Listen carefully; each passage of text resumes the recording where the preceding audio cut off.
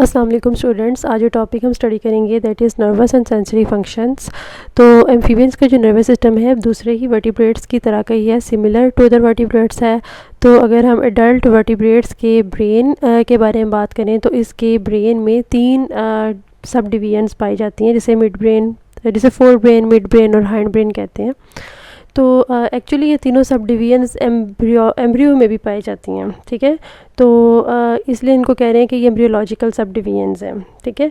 तो अगर हम एम्ब्रियो में देखें तो एम्फीबियन के एम्ब्रियो में ना ब्रेन जो होता है ना वो इस तरह का होता है, ठीक है। और उसके अंदर तीन पोर्शंस होते हैं, जैसे प्रोसेनसेफलॉन फोर ब्रेन कहते हैं, मेसेनसेफलॉन मिड ब्रेन कहते हैं और रोमेनसेफलॉन हाइंड ब्रेन कहते हैं। तो यही तीनों ब्रेन की सब डिवीजन्स जो कि एम्ब्रियो में इस टाइम आपको नज़र आ रही हैं, जो एडल्ट एम्फीबियन होता है उसके ब्रेन में भी यही तीनों पोर्शंस पाए जाते हैं। इसके बाद पहले हम डिस्कस करते हैं फोर ब्रेन को। तो फोर ब्रेन में क्या होता है? तो फोर ब्रेन के अंदर ऑल्फैक्टरी सेंटर्स मौजूद हैं। और ऑल्फैक्टरी सेंटर का क्या मतलब है कि ये स्मेल के हवाले से स्मेल को रिकॉग्नाइज़ करने के लिए सेंटर मौजूद है। और इसके अलावा कलर, बॉडी का कलर चेंज जो हमने इसके अंदर इसकी बॉडी कलरेशन देखी थी वो भी फोर ब्रेन कंट्रोल करता है। इसके अलावा विसरल फंक्शंस को ये कंट्रोल करता है। विसरल फंक्शंस क्या होते हैं कि ऐसे मसल्स की कंट्रैक्शन जो कि हमारे अपने कंट्रोल में नहीं होती, जैसे कि कार्डियक मसल्स हैं, स्मूथ मसल्स हैं, डाइजेस्टिव सिस्टम का सारा फंक्शन है, ये सारे, ठीक है। अब आते हैं मिड ब्रेन के हवाले से। मिड ब्रेन में एक रीजन होता है जिसे हम कहते हैं ऑप्टिक टेक्टम, और इसका क्या काम होता है कि ये सेंसरी इन्फॉर्मेशन को लेता है और मोटर रिस्पॉन्सेस प्रोड्यूस करता है, ठीक है। यानी कि इंटरन्यूरॉन्स वगैरह इसमें होते हैं जो कि ये सारा काम करेंगे। इसके अलावा मिड ब्रेन इसके अलावा sensory information, visual sensory information को ये प्रोसेस करता है, यानी कि जो हमारी नज़र हम देखते हैं वो आईसाइट का जो रीजन है वो भी यहाँ पर पाया जाता है। अब हम बात करते हैं हाइंड ब्रेन के फंक्शंस के हवाले से। हाइंड ब्रेन में मोटर कोऑर्डिनेशन होती है, यानी कि बॉडी के तमाम ऑर्गन्स की कोऑर्डिनेशन होगी। इसके अलावा रेगुलेटिंग हार्ट रेट कंट्रोल करता है, और मैकेनिक्स ऑफ रेस्पिरेशन यानी कि ब्रीदिंग वगैरह को ही कंट्रोल करता है। Then we will discuss sensory receptors. Amphibian के सेंसरी रिसेप्टर्स होते हैं उसकी पूरी स्किन के ऊपर फैले हुए होते हैं, ठीक है। और सेंसरी रिसेप्टर्स कैसे होते हैं? बेयर नर्व एंडिंग्स होते हैं इनके अंदर ज़्यादातर, जो कि हीट, कोल्ड और पेन को रिस्पॉन्ड करते हैं। इसके अलावा इनके अंदर भी फिश की तरह लेटरलाइन सिस्टम मौजूद होता है, जो कि जिसका लेटरलाइन का स्ट्रक्चर बिल्कुल फिश के, जो आपने फिश में स्टडी किया था उसी की तरह का लेटरलाइन सिस्टम इनमें पाया जाता है। अब लेटरलाइन सिस्टम जो होता है ये तमाम एक्वेटिक लार्वा में पाया जाता है। एम्फीबियंस के जितने भी एक्वेटिक लार्वा में देखेंगे हम। इसके अलावा एक्वेटिक एडल्ट सैलमेंडर में होता है। इसके अलावा कुछ एडल्ट एन्यूरन्स के अंदर होता है। लेटरलाइन जो ऑर्गन्स होते हैं या तो वो एक एक करके मौजूद होते हैं या फिर वो ग्रुप्स की फॉर्म में मौजूद होते हैं along the lateral and dorsolateral surfaces of body, specially in the head, ठीक है। इसको हम इस पिक से ज़्यादा क्लियरली देखते हैं। इस पिक में इन्होंने इसका लेटरलाइन सिस्टम दिखाया हुआ है। ये जो डैशेस नज़र आ रही हैं इसमें ये लेटरल लाइंस हैं, ठीक है ना। तो ये यहाँ पर आपको इसके डॉर्सल साइड पर है इसके, लेकिन ये इसकी डॉर्सोलेटरल साइड इसको एग्जैक्टली हम कह सकते हैं, ठीक है। बॉडी का ये ऊपर वाला पोर्शन तो डॉर्सल है, लेकिन उसके लेटरल एरिया पे ये पाए जा रहे हैं, तो हम इसको ओवरऑल डॉर्सोलेटरल कह सकते हैं, ठीक है। तो ये यहाँ पर आप देख सकते हैं इनमें डॉर्सोलेटरल साइड पे लेटरलाइन सिस्टम मौजूद है, ठीक है। और इसके अलावा इसके हेड में कहते हैं कि स्पेशली उसके हेड रीजन के पास, ये देखिए इसके हेड रीजन तक ये लेटरलाइन सिस्टम पहुंचा हुआ है, ठीक है जी। उसके बाद है जी ये रिसेप्टर्स जो होते हैं, ये जो लेटरलाइन के अंदर रिसेप्टर्स पाए जाते हैं, कि किस चीज़ को डिटेक्ट करते हैं? Low frequency vibration in water, कि पानी के अंदर जो हल्की फुल्की थरथराहट है या वाइब्रेशन है उसको ये डिटेक्ट करेंगे। इसके अलावा एनिमल जब पानी में मूव कर रहा है तो वाटर की मूवमेंट, वाटर को ये फील कर सकते हैं, वाटर की वेव्स को ये फील करते हैं रिलेटिव टू देयर बॉडी, ठीक है। अब लैंड पर लेटरलाइन रिसेप्टर्स की इतनी ज़्यादा इंपॉर्टेंस नहीं होती, इनका कोई ख़ास मेन फंक्शन नहीं होता लैंड पर। देन हम कीमो रिसेप्शन देखते हैं। कीमो रिसेप्शन भी जब आपने इसके अंदर सेंसरी रिसेप्टर्स की बात होगी ना, अगर आपको शॉर्ट क्वेश्चन में पूछा जाता है कि सेंसरी रिसेप्टर्स कैसे हैं, तो आपने उसमें कीमो रिसेप्टर्स को भी डिस्कस करना है।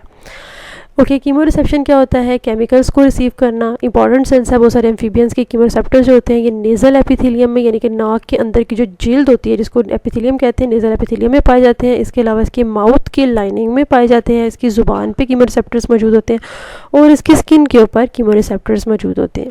Then olfaction, olfaction is a sense of smell, और ये कब यूज़ करते हैं ऑल्फैक्शन की सेंस को? जब इन्होंने मेट को रिकॉग्नाइज़ करना होता है। उनके जो स्पेसिफिक मेट होता है, जो कंपैटिबल मेट होता है, यानी कि जिसके साथ वो रिप्रोड्यूस कर सकते हैं, अगर इनके साथ मेल है और मेल ने फीमेल को लोकेट करना है तो फीमेल मेल का मेट है, तो उसको रिकग्नाइज़ करने के लिए वो ऑल्फैक्शन यूज़ करते हैं। ठीक है, ख़ास किस्म की स्मेल आती है उनको अपने अपोजिट जेंडर से, तो जिसके ज़रिए से वो एक दूसरे को डिटेक्ट कर सकते हैं। इसके अलावा detecting noxious chemicals and locating food. ठीक है, इसके अलावा अगर जब कुछ खा रहे हो तो उन्हें अगर वो खाना टॉक्सिक है तो उसके अंदर से जो नॉक्शियस केमिकल्स हैं उनकी स्मेल उनको पता चल जाएगी ऑल्फैक्शन के ज़रिए से, इसलिए वो उस खाने को रिजेक्ट कर देंगे। और समटाइम्स अगर उनको फूड लोकेट कर रहे हैं और कहीं आसपास फूड है तो उसको वो उनको उसकी खुशबू आ जाएगी, तो इस तरीके से वो फूड को लोकेट कर लेंगे। ठीक है, देन आता है vision. Vision is the most important sense in amphibians. ठीक है, क्यों? क्योंकि वो अपनी वीएन के सेंस को इस्तेमाल करके खाते हैं। Then they are called sight feeders. Caecilians are obvious exception because उनकी तकरीबन नियरली ब्लाइंड है वो। ठीक है, नंबर ऑफ एडेप्टेशंस अलो the eye of amphibians to function in terrestrial environment से। अब हम देखते हैं कि इनकी आइज़ में कौन कौन सी एडेप्टेशंस हैं जिसकी वजह से वो टेरेस्ट्रियल एनवायरनमेंट में रह सकते हैं और देख के खाना खा सकते हैं। तो एम्फीबियन की जो आइज़ होती हैं आमतौर पे एन्यूरन्स की और कुछ सैलामेंडर्स की वो फ्रंट ऑफ द हेड पे होती हैं। ठीक है, जैसे कि आप यहाँ पर देख रहे हैं कि ये फ्रॉग के फ्रंट हेड के बिल्कुल फ्रंट पर आपको दो आइज़ हैं, जिसके फ्रंट पे जैसे हमारे भी हेड के बिल्कुल सामने ही दो आइज़ हैं, तो हमारे अंदर बाइनोकुलर विजन है और इनके अंदर भी बाइनोकुलर विजन पाई जाती है। लेकिन अगर आप बात करें किसी बकरे की, जैसे कि ईद आने वाली है तो बकरे आप लोगों ने देखा है तो उनकी आइज़ जो होती हैं वो फार अवे होती हैं। ठीक है, और वो उसको कहते हैं मोनोकुलर विजन। तो अब एम्फीबियंस में हम बात कर रहे हैं कि उनके फ्रंट ऑफ हेड पर आइज़ है, इसकी वजह से उनके पास बाइनोकुलर विजन मौजूद होती है। और बाइनोकुलर विजन का ही ये फ़ायदा होता है कि एनिमल डेप्थ परसेप्शन कर लेता है अपने प्रे की, ताकि वो प्रे को पकड़ सके। डेप्थ परसेप्शन का क्या मतलब है? इसका मतलब ये होता है कि जो शिकार है वो कितने फासले पर है, कितने डिस्टेंस पर है। ठीक है, जब वो परसीव कर लेता है उसे पता चल जाता है कि जो शिकार है वो इतने स्पेसिफिक डिस्टेंस के ऊपर है, तो फिर वो फ़ौरी तौर पे अपनी टैंक बाहर निकालता है और उसको पकड़ लेता है। ठीक है, अब हमारे पास कुछ ऐसे भी एम्फीबियंस हैं जिनके पास बाइनोकुलर विजन नहीं है। ठीक है, इसमें आ जाते हैं कुछ सैलामेंडर्स जिनकी स्मॉल लेटरल आइज़ हैं। अब इसकी पिक्चर से आप देख सकते हैं, यहाँ पर एक पिक्चर है, ये देखें, इस पिक्चर में आप देखें तो यहाँ पर ये इसमें सैलामेंडर है और इसकी आइज़ देखें ज़रा थोड़ी डिस्टेंस पर है। ठीक है, तो इनके अंदर बाइनोकुलर विजन नहीं है, इनके अंदर मोनोकुलर विजन होती है, यानी कि फासले पर, यानी कि एक साइड की ये विजन देख सकते हैं। तो ये इतनी एग्जैक्टली डेप्थ परसेप्शन नहीं कर सकते। अब हम बात करते हैं इसकी आई के हवाले से कि इसकी आई का स्ट्रक्चर कैसा है। ये देखें, तो ये बुक में आपकी पिक्चर बनी हुई है। ये पिक्चर है लॉन्गिट्यूडनल सेक्शन ऑफ आई की of leopard frog. Leopard frog का साइंटिफिक नेम है राना पाइपियंस, और उसकी ये लॉन्गिट्यूडनल सेक्शन आई का आपको नज़र आ रहा है। ठीक है, इसमें यहाँ पर ये अपर आईलिड है इसका, और ये इसका लोअर आईलिड है। ठीक है, और लोअर आईलिड से ही एक एक्सटेंशन से निकल रही है जिसको हम कहते हैं निक्टिडेटिंग मेम्ब्रेन, जो कि ट्रांसपेरेंट मेम्ब्रेन होती है। ठीक है, उसके बाद हमारे पास ये जो इसकी लोअर आईलिड होती है, पहले हम इसको डिस्कस करते हैं कि जो लोअर आईलिड है ये मूव करती है और आई के ऊपर जा सकती है, और जब ये आई के ऊपर मूव करती है तो फिर ये आई को क्लीन करती है और उसको प्रोटेक्ट करती है। ठीक है, अब लोअर आईलिड का मैंने बताया कि एक्सटेंशन है निक्टिडेटिंग मेम्ब्रेन, और ये जो होती है कि ट्रांसपेरेंट होती है। ठीक है, और निक्टिडेटिंग मेम्ब्रेन जो होती है ये आई के ऊपर आ जाती है। ठीक है, ये कब आई के ऊपर आती है? जब ये जो आई का ये पूरी आई है ना, ये अमूमन स्कल के अंदर मौजूद होती है, जैसे हमारी आंखें भी हमारी खोपड़ी के अंदर हैं। तो जो स्कल के अंदर एक जगह होती है, खाली जगह होती है जिसके अंदर हमारी आंख पड़ी हुई होती है, उसको कहते हैं ऑर्बिट। ठीक है, तो इनकी आइज़ जो होती है ना वो उस ऑर्बिट के अंदर भी हो सकती हैं और थोड़ा सा बाहर भी जा सकती हैं। ठीक है, तो जब ये आई इसकी ऑर्बिट के अंदर जाएगी तो उस टाइम पर निक्टिटेटिंग मेम्ब्रेन जो होगी वो इसकी आई के ऊपर कवर कर जाएगी इसको, ठीक है। तो ये इसको क्यों कवर करती है, ताकि ये उसको डस्ट रिमूव करे और इसके ऊपर जो भी डेब्रिस है इसकी आँख के ऊपर उसको रिमूव करे। और साथ ही साथ जब ये हमारे पास आई बॉल पूरे का पूरा ऑर्बिट के अंदर जाता है ना, तो ऑर्बिट के अंदर कुछ ग्लैंड्स मौजूद होते हैं, ठीक है, जिन्हें ऑर्बिटल ग्लैंड्स कहते हैं। और ऑर्बिटल ग्लैंड से जो सेक्रेशन निकलती है ना, वो आई को ल्यूब्रिकेट करती हैं, यानी कि इसको इसकी मूवमेंट को इसको स्मूथ बनाती हैं, ठीक है, स्लाइमी सा बनाती हैं, और इसके अलावा आई को वॉश करती हैं, ठीक है जी। तो इसके अलावा जो ऑर्बिटल ग्लैंड्स हैं और हमारे पास आईलिड्स हैं, ये आई को डस्ट और दूसरे डेब्रिस से महफूज रखती हैं, ठीक है। अच्छा, ये एक आपकी बात बुक पे नहीं लिखी हुई निक्टिटेटिंग मेम्ब्रेन के हवाले से कि निक्टिटेटिंग मेम्ब्रेन जब आई के ऊपर आती है तो ये क्या करती है। इसके बारे में कहा जाता है कि अमूमन चूँकि ट्रांसपेरेंट होती है, जब ये एनिमल पानी के अंदर स्विमिंग कर रहा होता है तो उस टाइम पर निक्टिटेटिंग मेम्ब्रेन की अपनी आँख के ऊपर ले जाते हैं, ठीक है। जिससे आई जो होती है उसमें पानी नहीं जाता, मगर उसके ऊपर क्योंकि निक्टिटेटिंग मेम्ब्रेन एक ट्रांसपेरेंट एयर है, वो इनको नज़र क्लियरली आ रहा होता है, ठीक है। उसके बाद हमारे पास इसके लेंस के हवाले से बात करते हैं। इसका लेंस जो है वो बहुत बड़ा है, लार्ज है, और इसका लेंस जो है वो तकरीबन गोल है, राउंड है, नियरली राउंड है, और ये कॉर्निया से थोड़े डिस्टेंस के ऊपर है, यानी कि ये बिल्कुल लेंस जो है कॉर्निया के करीब नहीं है, बल्कि ये उससे आप देखें थोड़े से डिस्टेंस पे आपको नज़र आ रहा है। उसके बाद हमारे पास आइरिस के हवाले से बात करते हैं। आइरिस क्या है, this is the fold of epithelium, ठीक है, और ये किसको सराउंड कर रही है, लेंस के इर्द गिर्द। ये आइरिस जो है ये लेंस के इर्द गिर्द मौजूद है, ठीक है। अब आइरिस के मसल्स जब कंट्रैक्ट करते हैं या रिलैक्स करते हैं, जिसकी वजह से ये जो दरमियान में ये जो एरिया रह गया, ऐसे हम कहते हैं ये प्यूपिल है ये एरिया, ठीक है। जब आइरिस के मसल्स कंट्रैक्ट करेंगे तो प्यूपिल का साइज़ बढ़ जाएगा, यानी कि ये गैप ज़्यादा बढ़ जाएगा, तो हम कहेंगे कि अब प्यूपिल डायलेट कर गई है। और जब आइरिस के मसल्स रिलैक्स करेंगे तब हमारे पास प्यूपिल जो है इसका एरिया कम रह जाएगा, और ये हम कहेंगे ये कंस्ट्रिक्ट हो गई है। अब इसको ही आप हम देखते हैं, इस एक एम्फीबियन के अंदर हम देखते हैं इसकी आइज़ को। तो यहाँ पर इसके जो ऊपर वाला एरिया है, दिस इज़ अपर आईलिड, ठीक है। उसके बाद ये जो नीचे वाला ये आपको नज़र आ रहा है, this is the lower eyelid, and this is nictitating membrane that is transparent, ठीक है। और ये तब इसकी आई के ऊपर आ जाती है, ड्रॉ ये अपनी आई के ऊपर ले जाता है, पूरी की पूरी कवर कर लेती है इसकी आई को, जब इसकी आई बॉल इसके स्कल के अंदर जो ऑर्बिट है उसके अंदर चला जाता है, तो ये इसके ऊपर इसको कवर कर लेता है, ठीक है।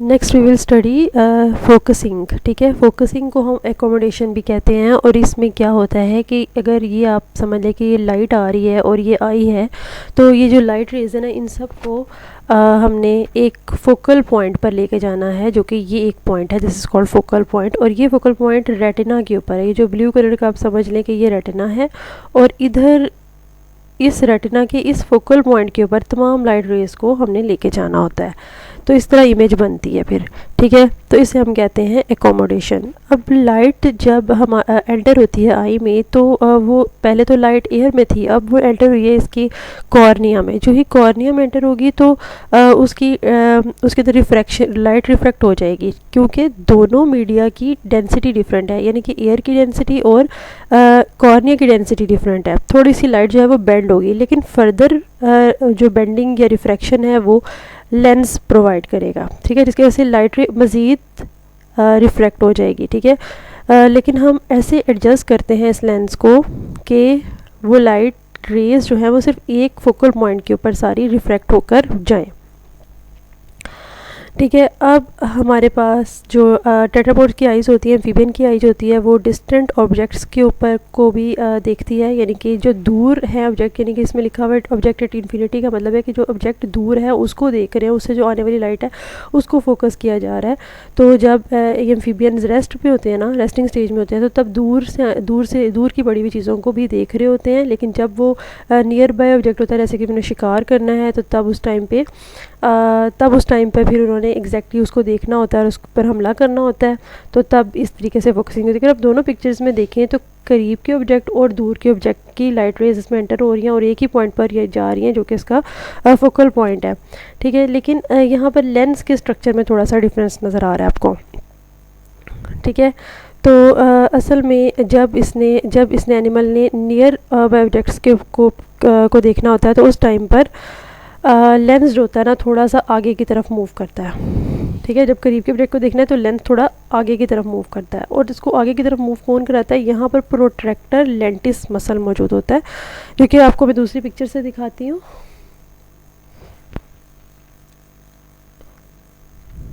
यहाँ पर आप देखें तो इसमें ये प्रोट्रैक्टर लेंटिस मसल है जो कि इसकी आइरस के ऊपर मौजूद है। तो जब करीब की चीज़ को देखना है तो ये क्या करेगा कि लेंस को आगे की तरफ मूव करवाएगा, ठीक है। इसके अलावा इसकी ये रेटिना होता है इसमें रॉड्स एंड कोन्स मौजूद होते हैं, ठीक है।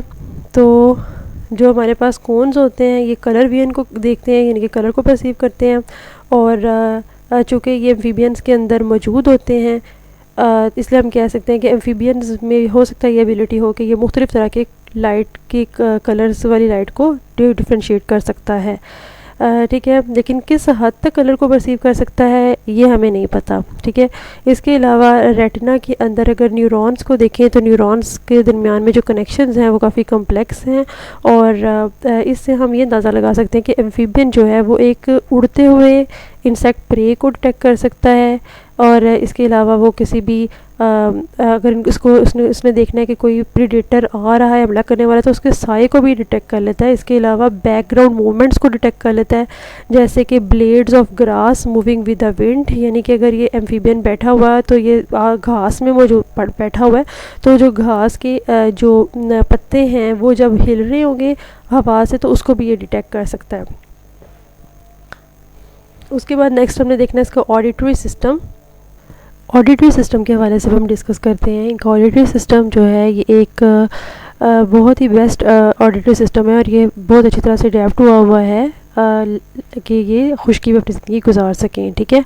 अब इनके जो ऑडिटरी सिस्टम होता है ना वो सबस्ट्रेट से यानी कि जिस सतह पे खड़े हैं उधर कोई जो भी वाइब्रेशन है उसको डिटेक्ट करता है, और इसके अलावा इनका ऑडिटरी सिस्टम हवा में मौजूद आवाज़ों को भी डिटेक्ट कर सकता है, ठीक है। अब इसके ईयर्स जो होते हैं इनके पास क्या क्या चीज़ें होती हैं वो देखते हैं। इनका जो कान होता है ना उसके पास सबसे बाहर वाली साइड पर टिम्पैनिक मेम्ब्रेन होती है जो कि आपको नज़र आ रही है, ठीक है। टिम्पैनिक मेम्ब्रेन क्या है, ये एक पीस ऑफ इंटेग्यूमेंट है, यानी कि एक मेम्ब्रेनस कवरिंग है। इंटेग्यूमेंट का मतलब होता है कि ये एक कवरिंग सी है, ठीक है, उसका पीस है, और ये स्ट्रेच हुआ है एक कार्टिलेजनस रिंग के ऊपर। इस पर कार्टिलेजनस कुशन लिखा हुआ है, असल में ये एक रिंग सी है कार्टिलेज की बनी हुई, उसके ऊपर एक कवरिंग सी है यानी कि मेम्ब्रेन सी है जो कि इसकी स्किन की मेम्ब्रेन है, जो कि यानी कि आपको मैं क्लियरली इसको इस तरह बता सकती हूँ कि दरमियान में कार्टिलेजनस कुशन है और उसके ऊपर स्किन का इंटेग्यूमेंट है जो कि ऊपर आया हुआ है इसके, ठीक है।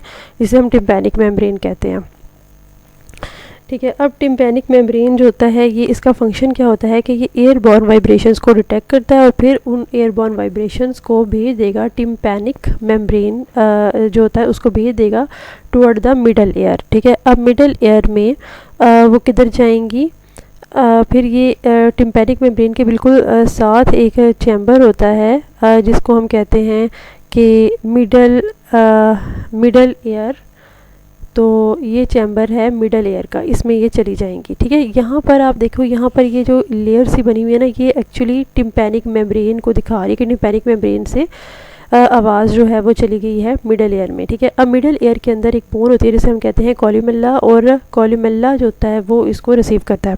कॉल्यूमेला को हम स्टेप्स भी कहते हैं, ठीक है।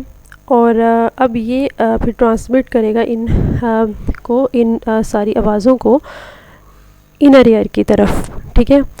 अब हम बात करते हैं हाई फ्रीक्वेंसी साउंड की। ठीक है, हाई फ्रीक्वेंसी साउंड जो होता है ना वो तकरीबन 1000 हर्ट्ज से लेकर 5000 हर्ट्ज तक होता है, और ये एयर बॉर्न वाइब्रेशंस होती हैं, यानी कि हवा में मौजूद ऊंची ऊंची आवाज़ें होती हैं जो कि इनर एयर में आती हैं, और ये किस तरीके से आई हैं, टिम्पैनिक मेम्ब्रेन के ज़रिए से। ठीक है, तो यानी कि हाई फ्रीक्वेंसी साउंड जो होते हैं ना वो ये टिम्पैनिक मेम्ब्रेन डिटेक्ट करता है, उसके बाद उसको मिडल एयर में भेज देता है कॉलमेला के पास, कॉलमेला से वो इनर एयर की तरफ चली जाती हैं।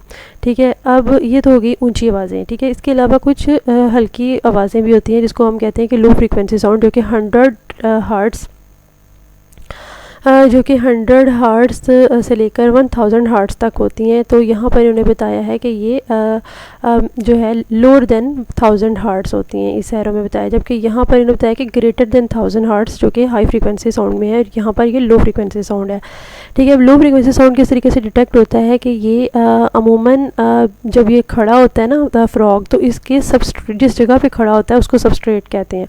तो सबस्ट्रेट में जो भी वाइब्रेशन होती है ना, तो वो वाइब्रेशन होती हैं वो लो फ्रीक्वेंसी होती हैं, और उनको डिटेक्ट किस तरह किया जाता है कि वो इसके जो ये फ्रंट लिम्स होते हैं जिनको हम कहते हैं कि ये उसका पेक्टोरल गर्डल है, तो पेक्टोरल गर्डल के ज़रिए से उसके पहले इसके यहाँ पर इसके फ्रंट अपेंडेजेस में डिटेक्ट होती हैं, दैन वो उसके पेक्टोरल गर्डल में जाती हैं, पेक्टोरल गर्डल से फिर वो आवाज़ें इसकी अपर्कुलम जो है बोन में चली जाती हैं। ठीक है, तो फिर उसके बाद ये फिर हमारे पास अपर्कुलम से इनर ईयर की तरफ चली जाती हैं। ठीक है, तो फिर इनर ईयर में फ़र्दर इसकी प्रोसेसिंग होती है।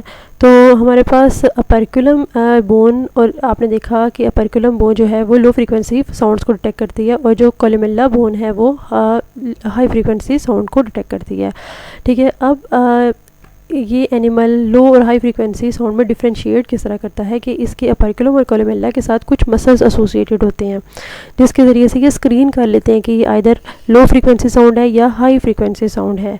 ठीक है, और कहते हैं कि ये बहुत ही इनके अंदर अच्छी अडेप्टेशन है कि लो और हाई के अंदर डिफरेंशिएट कर सकते हैं, क्योंकि ये मुख्तलिफ़ सिचुएशन में मुख्तलिफ़ तरह की आवाज़ें सुनते हैं। मिसाल के तौर पे अगर हम देख लें मीटिंग कॉल्स जो होती हैं, ठीक है, जब इन्हें रिप्रोड्यूस करना होता है तो इनका जो ऑपोजिट सेक्स होता है जो आवाज़ें प्रोड्यूस करता है उसे कहते हैं मीटिंग कॉल्स, और वो हाई फ्रीक्वेंसी साउंड्स होते हैं जो कि बहुत इंपॉर्टेंट होते हैं, क्योंकि जब वो इनका जो कोई इनकी अपनी स्पीशी का जो भी अपोजिट जेंडर होगा वो दूसरे को बुलाने के लिए ऊंची आवाज़ में कॉल करता है, और ये इम्पॉर्टेंट हैं, और ये अमूमन एक स्पेसिफिक ब्रीडिंग सीज़न में ही सुनाई देती हैं।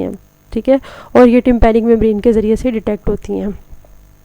ठीक है, अदरवाइज़ लो फ्रीक्वेंसी साउंड जो होती हैं वो सबस्ट्रेट बॉर्न हमने पढ़ा था, ये तब होती हैं कि जब कोई आसपास प्रेडेटर इस पे हमला करने के लिए आ रहा है, तो वो ज़मीन में थोड़ी सी साउंड प्रोड्यूस होती है जिसके ज़रिए से ये डिटेक्ट कर लेते हैं। ठीक है, तो ये अपने अप्रोचिंग प्रेडेटर को डिटेक्ट कर लेते हैं उन लो फ्रीक्वेंसी साउंड से। ठीक है, इसके अलावा सैलमेंडर्स जो होते हैं उनके पास टिम्पैनिक मेम्ब्रेन नहीं होती, सैलमेंडर्स के पास ये टिम्पैनिक मेम्ब्रेन नहीं होती, इनके पास मिडल ईयर भी नहीं होता, और वो स्ट्रीम्स, पॉन्ड्स, केव्स में रहते हैं या लीफ लिटर के नीचे रहते हैं, और चूँकि उनके पास टिम्पैनिक मेम्ब्रेन नहीं होती इसलिए वो हाई फ्रीक्वेंसी साउंड को डिटेक्ट नहीं कर सकते, जैसा कि मीटिंग कॉल्स जो कि हाई फ्रीक्वेंसी साउंड उनको डिटेक्ट नहीं कर सकेंगे, और सिर्फ वो लो फ्रीक्वेंसी साउंड को ही डिटेक्ट कर सकते हैं। वो किस तरीके से डिटेक्ट करते हैं कि वो उनके जो सबस्ट्रेट से वो लो फ्रीक्वेंसी साउंड आता है, फिर उसके बाद वो सबस्ट्रेट से उनकी पेक्टोरल गर्डल से होता है उनके स्कल में चला जाता है, और स्कल में उनके ईयर तक चला जाता है। ठीक है, और ईयर के कौन से पोर्शन में पहुंचता है, उसकी स्टेप्स में चला जाता है जिसको हम कॉलमेला कह रहे हैं, या फिर वो उसके अपर्कुलम में साउंड्स चले जाते हैं, और फिर इन दोनों के ज़रिए से वो इसके कान के अंदर इनर ईयर में चले जाते हैं। ठीक है, अब इनके अंदर इक्विलिब्रियम और बैलेंस के बारे में बात करते हैं। ये बिल्कुल वैसे ही है जैसे कि फ़िश में होता है। इनर ईयर जो है एम्फीबियन का, उसके पास सेमी सर्कुलर कैनाल्स आपको यहाँ पर नज़र आ रही हैं, सेमी सर्कुलर कैनाल्स होती हैं, और ये रोटेशनल मूवमेंट को डिटेक्ट करती हैं। ठीक है, जिसकी वजह से ये अपनी बॉडी के बैलेंस को मेंटेन रखते हैं। इसके अलावा इनके पास सेंसरी पैचेस होते हैं जो कि यहाँ पर सेंसरी पैच आपको नज़र आ रहा है, ये सेंसरी पैच है लो फ्रीक्वेंसी साउंड के लिए, और ये सेंसरी पैच है हाई फ्रीक्वेंसी साउंड के लिए। ठीक है। और इन सेंसरी पैचेस के ज़रिए से ये ग्रेविटी के हिसाब से अपनी पोजीशन को मेंटेन रखते हैं। इसके अलावा ये लीनियर एक्सेलरेशन को डिटेक्ट कर सकते हैं। लीनियर एक्सेलरेशन का मतलब है अपनी स्पीड को डिटेक्ट कर सकते हैं कि जब ये एक सीधी लाइन में दौड़ रहे हैं तो उन्हें पता है कि अपनी स्पीड हमारी कितनी तेज़ है। और डिसेलरेशन को देख सकते हैं कि अब इनकी स्पीड अचानक से कम हुई है, ठीक है, यानी कि अपनी रफ्तार को डिटेक्ट कर सकते हैं इस तरीके से। एक्सेलरेशन का मतलब, लीनियर एक्सेलरेशन का मतलब अपनी स्पीड को देख सकते हैं, और डिसेलरेशन का मतलब है कि अपनी स्पीड के अंदर आने वाली कमी को ये डिटेक्ट कर सकते हैं। तो students, this was all about nervous and sensory functions. अल्लाह हाफ़िज़ स्टूडेंट्स।